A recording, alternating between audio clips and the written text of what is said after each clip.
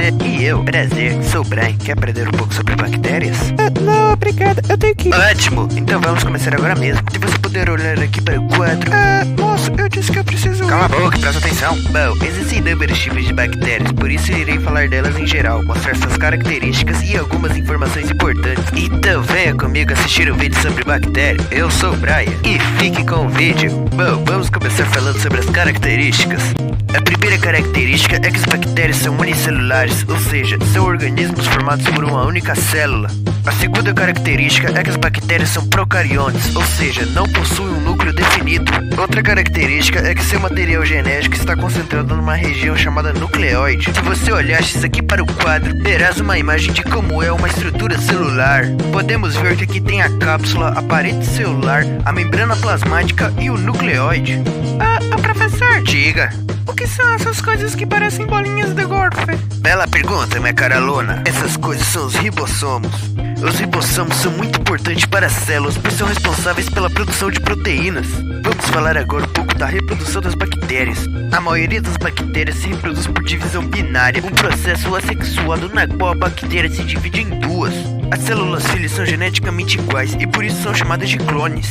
As bactérias também podem realizar processos de recombinação genética, o que promove a variabilidade genética. Essa recombinação genética pode ocorrer de três formas, sendo elas a conjugação, a transdução e a transformação. Conjugação é quando uma bactéria doadora usa seu pili para se unir a outra bactéria receptora, e assim possibilitando a doação do material genético.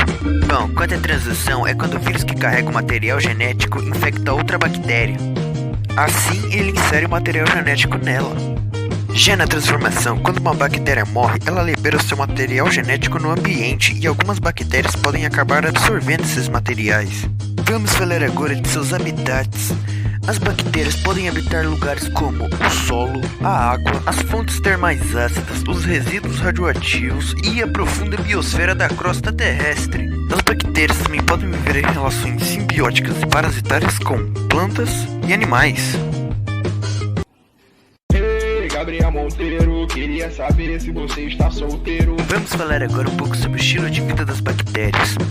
As bactérias podem viver tanto isoladas quanto em agrupamentos. Com relação à sua alimentação, elas podem ser classificadas como autotrófos ou heterótrofos. Os seres autotrófos são seres capazes de produzir seu próprio alimento. Já os seres heterótrofos, eles não conseguem sintetizar o seu próprio alimento, ou seja, eles obtêm o seu alimento a partir de outro ser vivo ou morto. Bom, vamos falar agora sobre as doenças. Bom, por se tratar de muitas doenças, eu irei falar apenas das mais importantes. O resto eu apenas falarei os nomes. Mas sem muita enrolação, bora logo falar delas. Bora! Bom, a primeira doença que nós vamos falar é sobre a cólera.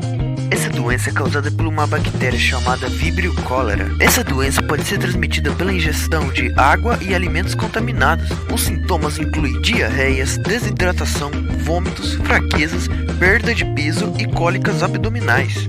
A próxima doença que nós vamos falar é sobre a leptospirose. A leptospirose é transmitida por uma bactéria chamada Leptospira. Ela é transmitida a partir de contato com água e objetos contaminados.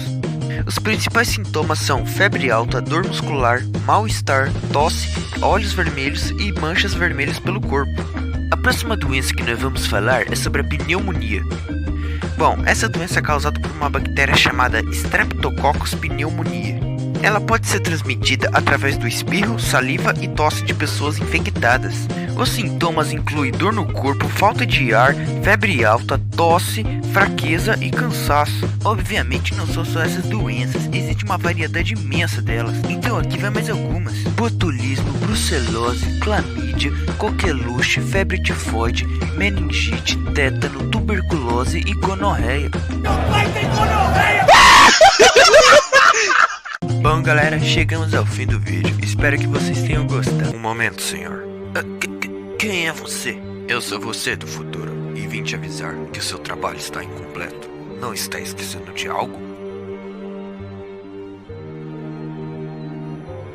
Ah sim, claro, não podemos deixar de falar dos benefícios das bactérias. Os principais benefícios das bactérias é que elas ajudam na digestão de ruminantes, tratamento de esgoto, produção de antibióticos e fabricação de lactobacilos. Bom galera, agora sim chegamos ao final do vídeo. Espero que vocês tenham gostado. Isso foi tudo, até a próxima.